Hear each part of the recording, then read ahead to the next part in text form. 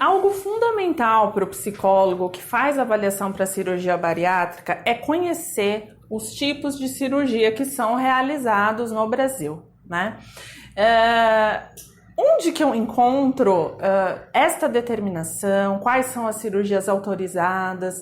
Quem vai me dizer isso é o Conselho Federal de Medicina, através da Resolução 1942/2010. Então é ele que determina os tipos de cirurgia que podem ser feitos no Brasil, ele que regulamenta isso.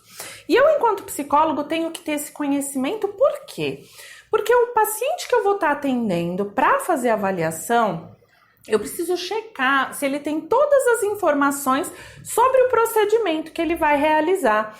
Então, existe uma das etapas da avaliação que vai ao longo aí de toda a estrutura, de todo o processo avaliativo, é a psicoeducação. E na psicoeducação, eu vou estar ali ensinando ou checando se o paciente tem conhecimento de tudo que cerca aquele procedimento que ele vai passar. E como que eu vou checar se ele conhece se eu não tenho o conhecimento, né? Então eu preciso ter o conhecimento de quais são os tipos de cirurgias que existem e que são realizados no Brasil e o que cada um vai trazer pro paciente ali em termos de procedimento e em termos de recuperação também, tá? Que aí eu vou, enquanto psicólogo, utilizar isso olhando a parte emocional, né, daquilo, juntamente com a objetividade da situação, checando se o paciente tem aquela informação, tá? Então, nessa resolução aqui que eu estava falando, que é do Conselho Federal de Medicina, eu encontro aí os tipos de cirurgia, que é essa resolução que está aqui comigo para a gente ler junto, né, e conhecer um pouquinho mais sobre cada procedimento, tá? Os procedimentos de cirurgia bariátrica são divididos em 3 grandes grupos, tá? O primeiro grupo é o restritivo. Então, são procedimentos que vão restringir, né, o volume alimentar do paciente, né? Então, ele vai ingerir uma quantidade menor de alimentos, o organismo vai absorver também menos nutrientes, né? E aí o emagrecimento vai vir dessa redução nessa absorção e no volume mesmo alimentar, tá? E aí existem alguns tipos de cirurgia, que são o balão intragástrico, a cirurgia de Mason, a banda gástrica ajustável e a gastrectomia vertical, tá? Esses são os 4 tipos de procedimentos orientados pelo Conselho de Medicina a ser realizado com os pacientes em termos restritivos, tá? Então, o balão intragástrico, o que é, né? Vou ler aqui a resolução para a gente entender melhor e entender também qual o papel do psicólogo nisso, tá? Como que é o procedimento? É a colocação de um balão por via endoscópica com cerca de 500 ml de líquido, objetivando diminuir a capacidade gástrica do paciente, provocando a saciedade e diminuindo o volume residual disponível para os alimentos.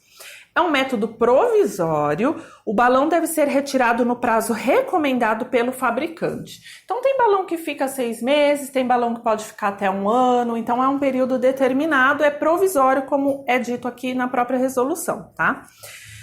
Qual que é a indicação desse procedimento? É indicado para pacientes como coadjuvante, né, no tratamento aí de perda de peso, principalmente no preparo de pacientes com superobesidade, com IMC acima de 50.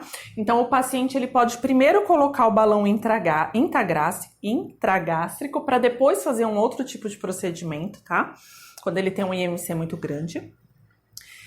Com associação de patologias agravadas ou desencadeadas pela obesidade mórbida, tá? Qual é a contraindicação? Se o paciente ele tem uma esofagite de refluxo, uma hérnia hiatal, uma estenose ou algum problema no esôfago, tá? Alguma lesão que possa trazer hemorragia, por exemplo, varizes ou uma outra cirurgia gástrica que ele já tenha feito lá no histórico dele, alguma doença inflamatória intestinal, tá? Se ele tem histórico de uso de álcool, drogas ou transtornos psíquicos, não é indicado, tá? E aí pode trazer também algumas complicações, como por exemplo, aderência ao estômago, passagem para o duodeno, né? Esse balão pode acontecer dele se deslocar, tá? E aí isso traz alguns prejuízos para o paciente. O paciente pode ter uma intolerância àquele balão que foi colocado, pode ter recorrência com vômitos, né? É um dos sintomas, uma das complicações, aliás. Úlceras, erosões gástricas, esvaziamento espontâneo do balão, o balão pode ser perfurado, tá? Uma obstrução intestinal por migração do balão, então o balão ele pode descer para o intestino, ou algum outro tipo de infecção relativo ao balão, tá?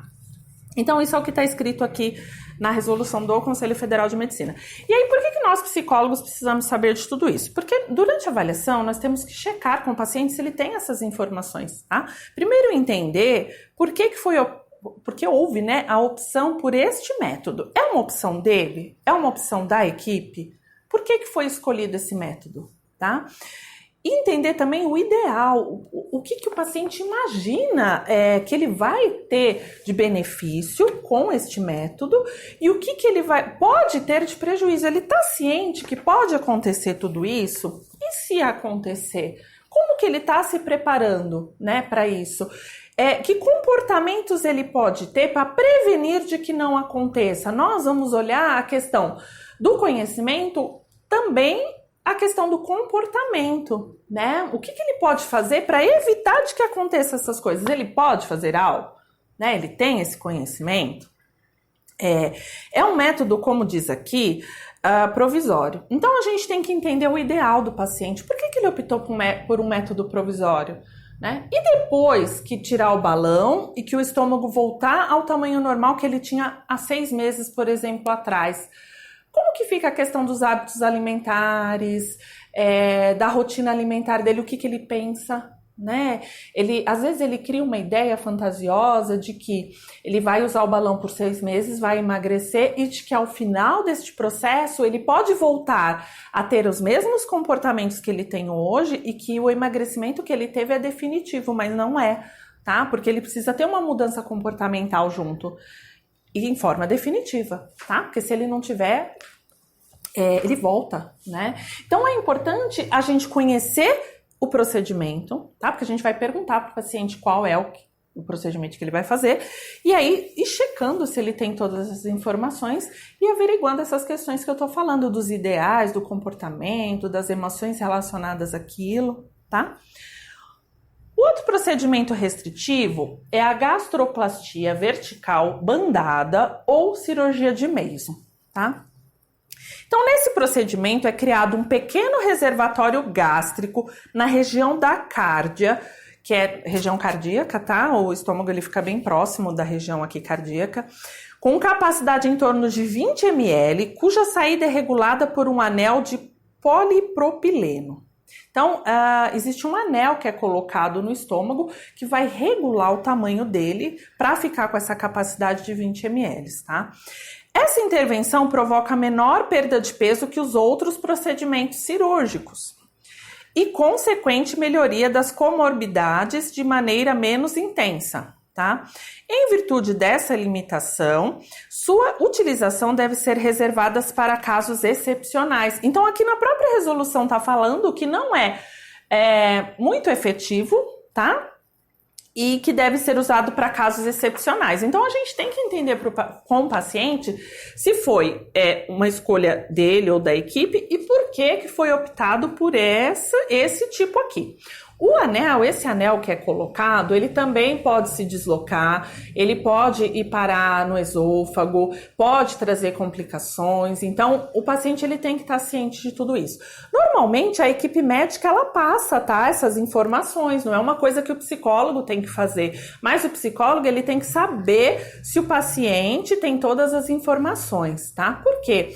Porque se ele não tem todas as informações, ele pode estar fazendo uma decisão onde ele não tem, né, enfim, muito claro, e aí a adesão ao tratamento dele não vai ser tão boa após o procedimento, porque ele não sabia tudo o que ia acontecer e o que ele precisava fazer, tá? Então a gente vai avaliar a personalidade, o comportamento e as emoções daquela pessoa, relacionando tudo que ele vai passar para entender se ele tem estrutura para suportar tudo aquilo, e ele precisa ter informação, tá? Para a gente cruzar aí todas as informações no processo avaliativo. Outro procedimento feito restritivo também, a banda gástrica ajustável, tá?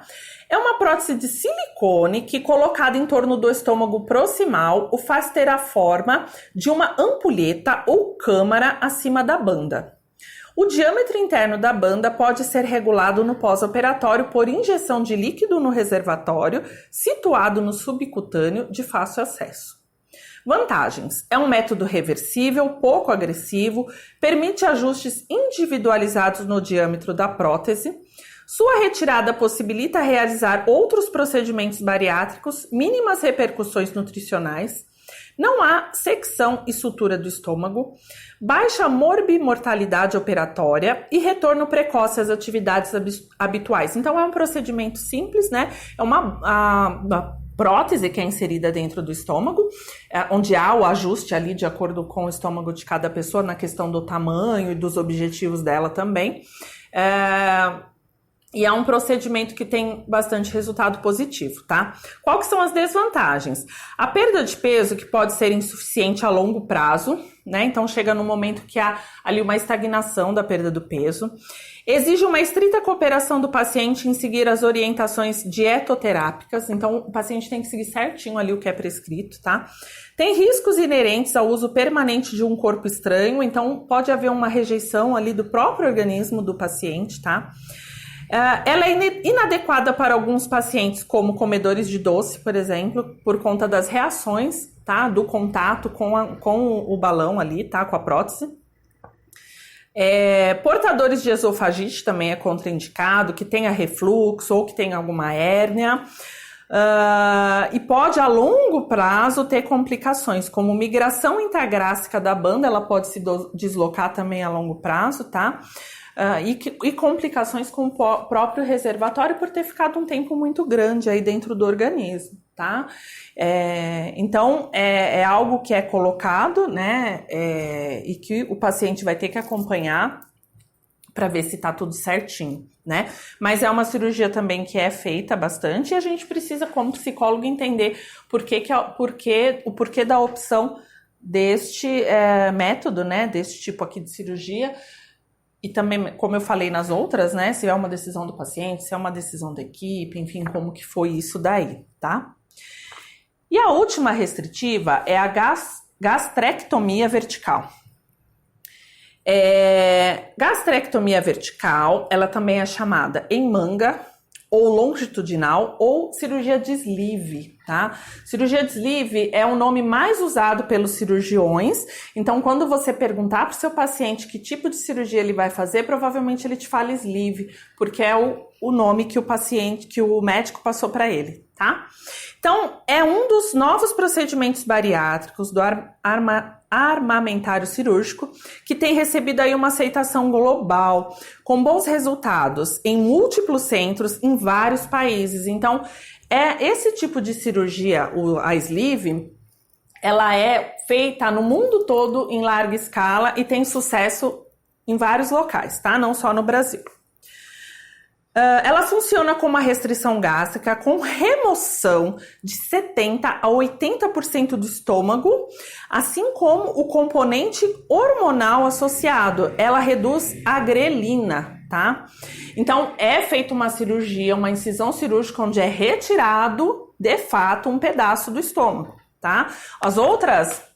Até então, os outros tipos que eu estava falando, nenhuma delas, né, havia sido retirado cirurgicamente uma parte do estômago, tá? Na gastrectomia vertical é retirado sim, tá? Como os demais procedimentos cirúrgicos bariátricos, deve ser realizada por equipes bem treinadas, com a habilitação específica e o suporte multidisciplinar adequado. Tá vendo? Na própria resolução eles falam da questão da importância do suporte multidisciplinar, tá? Qual que é a vantagem desse tipo de cirurgia aqui? Não exclui o duodeno, tá? Então não é feito nada no intestino, então não interfere na absorção de alguns elementos que a gente tem na alimentação, como ferro, cálcio, zinco, vitaminas, complexo B, tá? Pode ser transformada, no caso de insucesso, tá?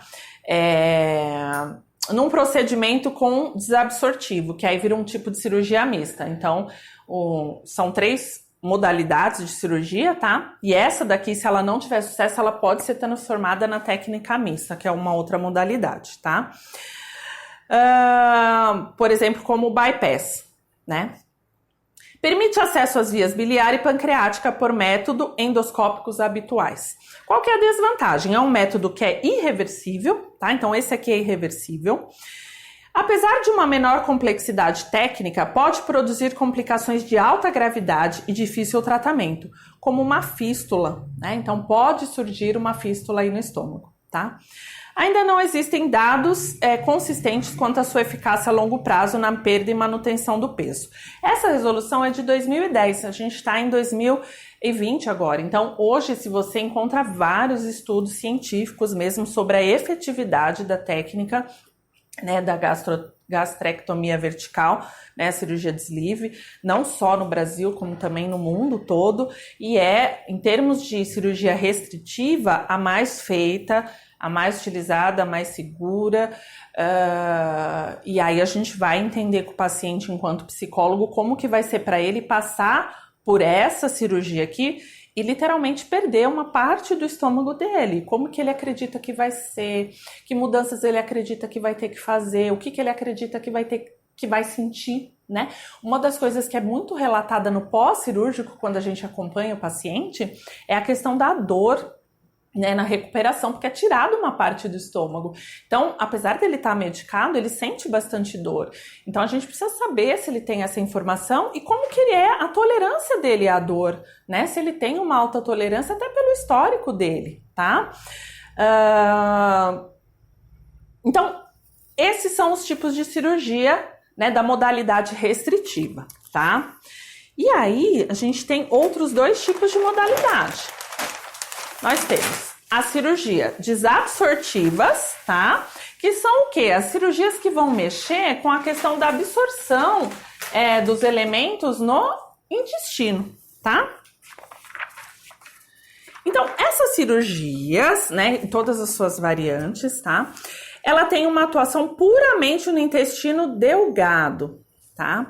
E elas estão proscritas. O que quer dizer isso? Não é recomendado que se faça mais, tá? Só mexendo no intestino, tá? Por quê? Porque tem uma alta incidência de complicações metabólicas e nutricionais a longo prazo. Então, qual que é o princípio da cirurgia, do ideal da cirurgia? É que pela perda, que haja, né, aí pela perda, pelas fezes, as calorias ingeridas, né?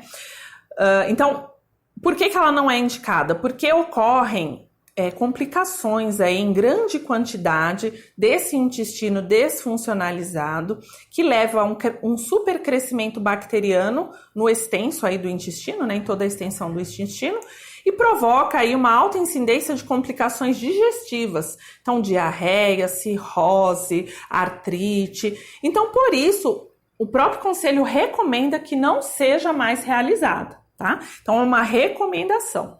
Então, elas não são muito utilizadas atualmente, mexem só no intestino. E aí a gente tem as cirurgias mistas, tá? Cirurgias mistas são as mais feitas no Brasil, tá? Elas têm 2 componentes, o restritivo, que mexe no estômago, e o desabsortivo, que vai mexer no intestino. Então, é feito numa cirurgia só, alterações tanto no estômago quanto no intestino, tá? Então, compreende aí diversas modalidades de derivação gástrica, como a reconstituição do trato intestinal, que é a cirurgia Y de Roux, tá? Que também é bastante realizada, tá? E aí, nessa cirurgia aqui, na Y de Roux, além da restrição mecânica representada pela redução gástrica, né, restringe também a ingestão, que restringe a ingestão alimentar, ela modifica a produção de hormônios que modulam a fome e a saciedade, tá? Acredita-se que a colocação de um anel estreitando a passagem pelo reservatório antes da saída da bolsa para a alça jejunal retardaria o esvaziamento para sólidos, aumentando ainda mais a eficácia do procedimento, tá? Atualmente, a literatura aponta para resultados benéficos semelhantes com ou sem o anel. Pode ter complicações nutricionais, né, com a colocação do anel. Então, há aí uma restrição, né, pela colocação de anel e há também a questão da desabsorção com o intestino, tá? Qual que é a vantagem? A perda de peso é adequada e duradoura, tem um baixo índice de insucesso. Tratam também a doença de refluxo, apresentam taxas aceitáveis de complicações a longo prazo. Então, a mesma coisa das cirurgias que eu havia falado restritiva, a questão do anel, do balão que fica muito tempo, a longo prazo pode trazer complicações aqui também por conta do anel, tá? Mesmo conceito. São potencialmente reversíveis, né? Como é a colocação do anel, pode ser reversível, embora isso seja uma dificuldade técnica, tá? E aí isso mexe no metabolismo também do paciente, tá? Então, tanto que a Sociedade Brasileira de Cirurgia Bariátrica e Metabólica, ela tem inclusive o nome metabólico, né? Foi incorporado aí, porque todas as cirurgias acabam mexendo de forma definitiva no metabolismo da pessoa, tá? Qual que é a desvantagem desta cirurgia aqui? Tá? Ela é tecnicamente complexa, tem um acesso limitado ao estômago excluído e ao duodeno por métodos radiológicos e endoscópicos. Pode ter complicações, né, por conta das suturas, e tem uma chance aí de ter uma deficiência proteica ou anemia, tá? Então, essa cirurgia aqui, ela tem um componente maior, é o restritivo. Esse outro tipo de cirurgia que também é misto, ele tem um componente desabsortivo maior, tá? Que é a duodenal suíte Scopinaro. Então, é um procedimento que envolve uma menor restrição na capacidade gástrica, tá? O que permite aí uma maior ingestão alimentar. Então, o paciente consegue comer um volume maior, né, de alimentos. E o predomínio da técnica cirúrgica, ela tá na absorção intestinal, tá? Então, quais são os tipos, né, de cirurgia aqui desabsortiva com maior foco no intestino? Derivação biliopancreática, tá? Que é a cirurgia de Scopinaro. Ou a duodenal suíte, tá? É o outro tipo de cirurgia também dentro do mesmo conceito aqui, tá? Deixa eu escrever aqui. Duodenal suíte.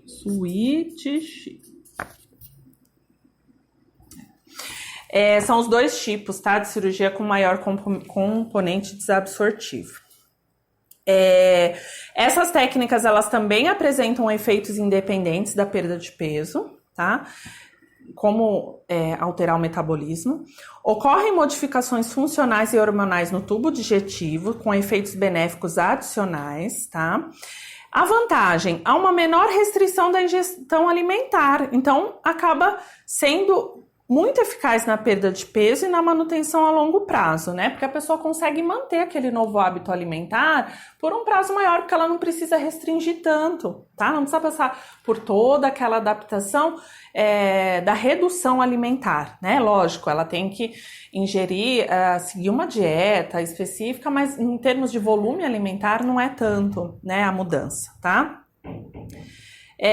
Quais são as desvantagens? Estão mais sujeitos a complicações nutricionais e metabólicas de controle mais complexo, então faltam mais vitaminas, tá?